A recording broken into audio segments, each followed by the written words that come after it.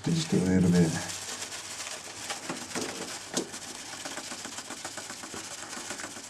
Well, collectively, the powder that fit in this tube is much more than I've been able to get into my little pipe bombs. So, I see a lot of that. yeah, I'm looking in there right now. There's quite a bit of powder in there. We'll call that good.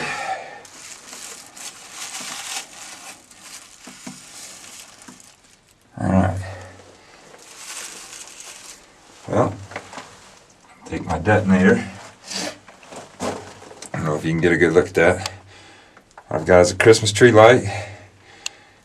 I've knocked off the tip of it, used sandpaper to file it down to a little hole. I sifted the gunpowder down into it so it wouldn't destroy the filament. Just put a little cap on it with some glue and you got your little big tail wires hanging out here. Now I'm going to shove this right back in there and try and make sure that I'm in my powder.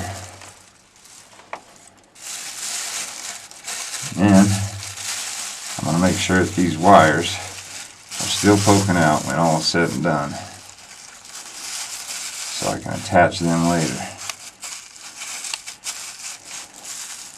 But like I said, this is kind of a new idea. I was just thinking about trying to get as much powder in the hole as I could, and them pipe bombs, these holes that these miners drilled, they're not straight. You know, they didn't have the technology that we have today that'd make a nice straight clean hole. You just had hammer and chisels, and I'm sure they'd call me a wimp today. But I'm gonna give that a shot. That's about as packed in there as my little finger's gonna be able to get it. So, and I don't want to break that bulb. And I'm gonna take, this is one of them two-part epoxies. You just cut off what you need, mold it together with your fingers until it's mixed really good. Then I'm gonna, with the wire still sticking out, I'm gonna plug the end of this hole with epoxy, and then we're gonna wait a little while and let it set up a little bit. I think I'm gonna use probably half of this, because it's going to take every bit of half of it for sure. But if it does work well, I might want to do this one more time. So I've got some other kind of epoxy. It's just not as easy to use as this is. So let me set this down here. And while I'm thinking about it, let me just get the cap on this powder so I don't lose the rest of it.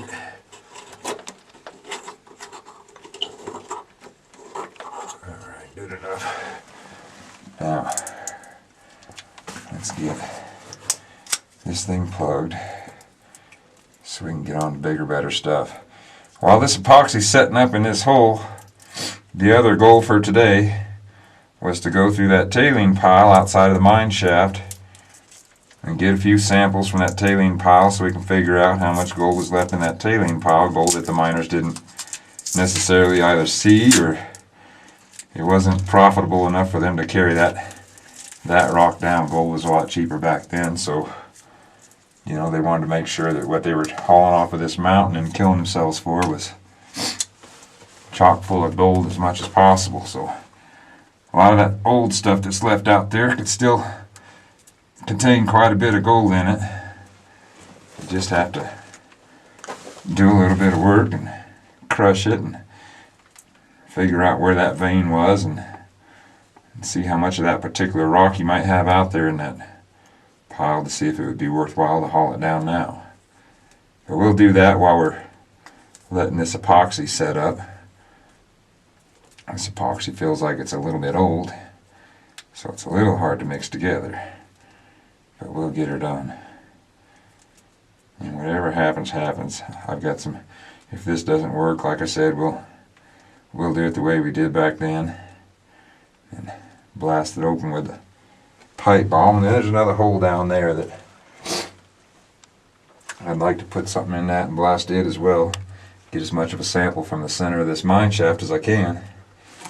You know, you'd imagine if you're the miner back in the day, and moving 4 foot of this mine shaft, it's going to take you a while.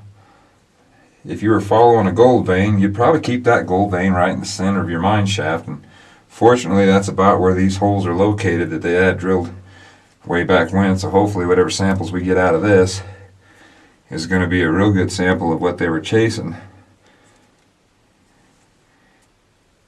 And we'll see if it's what they said it was, which was 109 ounces a ton.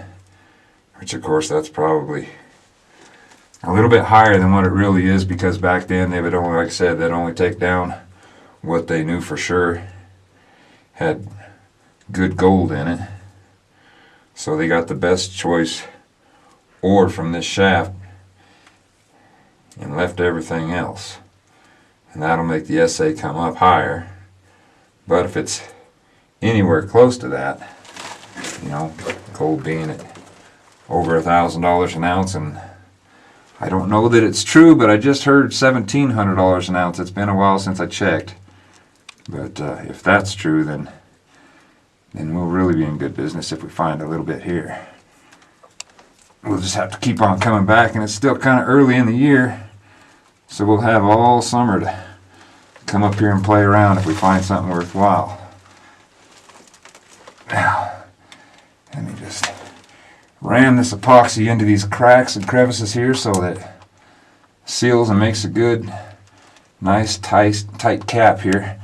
And what that's going to do is that's going to help to force that concussion from the explosion backwards into this rock.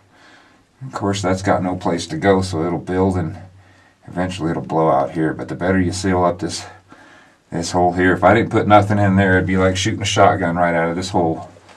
It wouldn't move any rock, which we've done that before, but that's how we find out.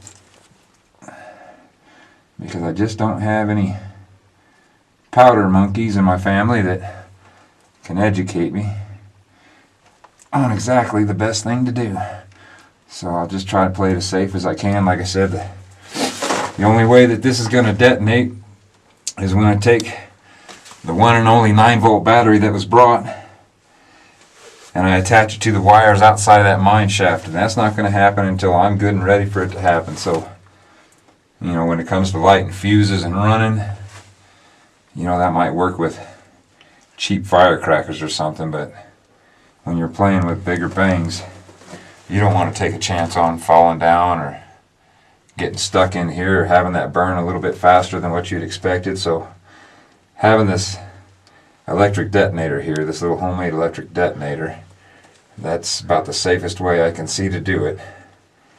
And I'm not saying do it that way, but if you're out playing around, and I suggest that you play around because, you know, like the old saying, the fortune favors the bold, right? Well, nowadays with the economy the way it is, you're going to have to be bold if you want to get by. Or you have to be versatile at least. But this is a whole lot of fun. And, you know, they say that the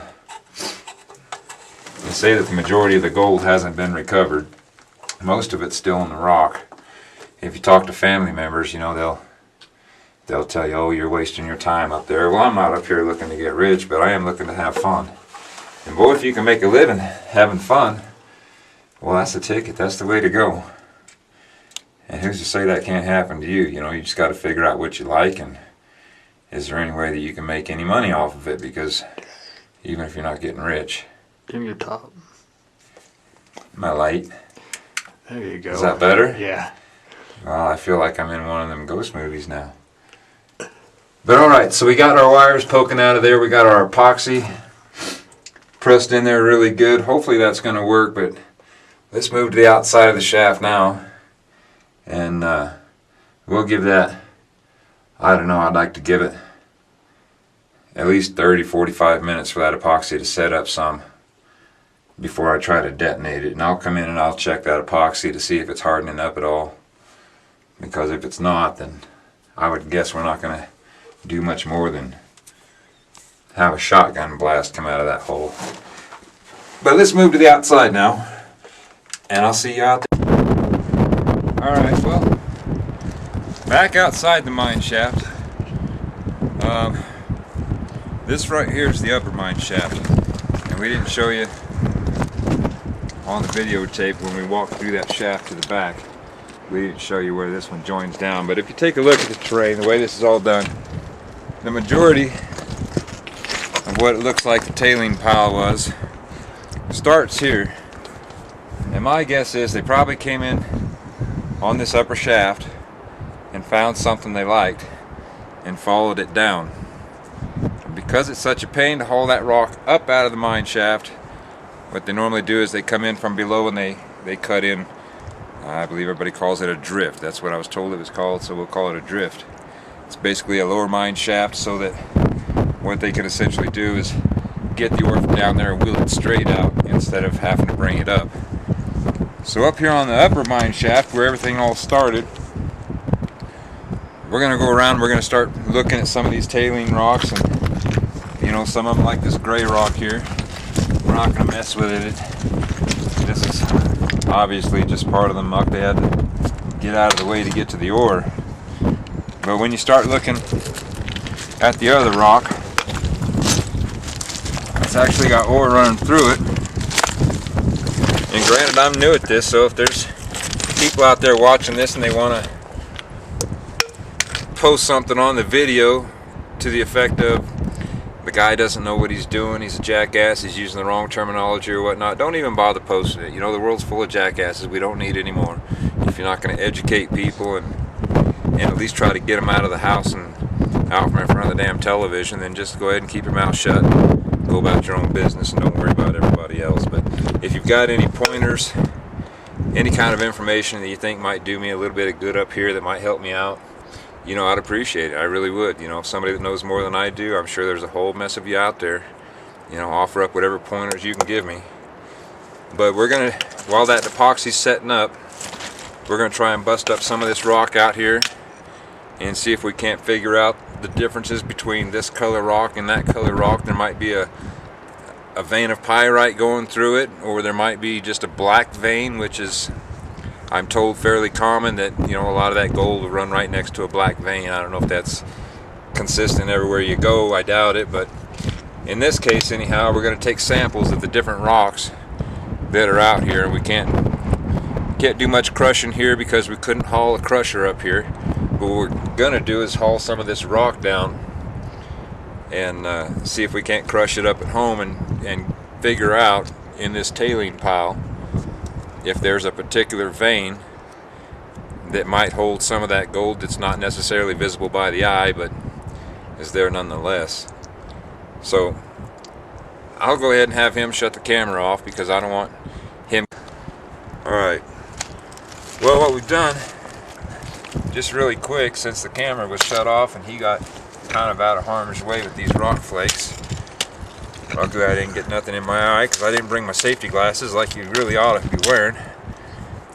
I just didn't think about it when I was packing up the stuff, so hopefully we'll get through today. But anyhow, one of these rocks in particular, it's got ore running through it. I busted it open because you can't really tell what's on the outside because you end up with, you know, the metals and stuff decayed. You got rust and so forth on the outside that's been weathered, so you can't really tell what's on the inside till you bust it open.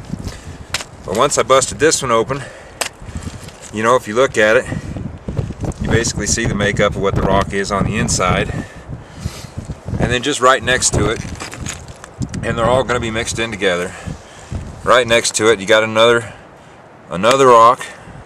We're still in an ore vein, but when I busted it open, you can see automatically that, you know, it's got a lot of this pyrite in there, and it's really pretty. But another thing about that is I've got some rock at home that we had brought down previously last year, and it just so happens that a buddy of mine had a crusher, and we took a rock about the size of my fist and we crushed it up to see what was in it. And we also took one little chip that was out of the center of this mine shaft that we had gotten last year, and without letting him know that I wanted to crush those two separately, they ended up getting crushed together. Well, we ended up coming up with some pretty decent amount of gold in it, but the problem is I just don't know whether it come from the tailing pile, the rock the size of my fist, or whether it come from that little chip that was out of the center of that mine shaft that we had blasted loose last year.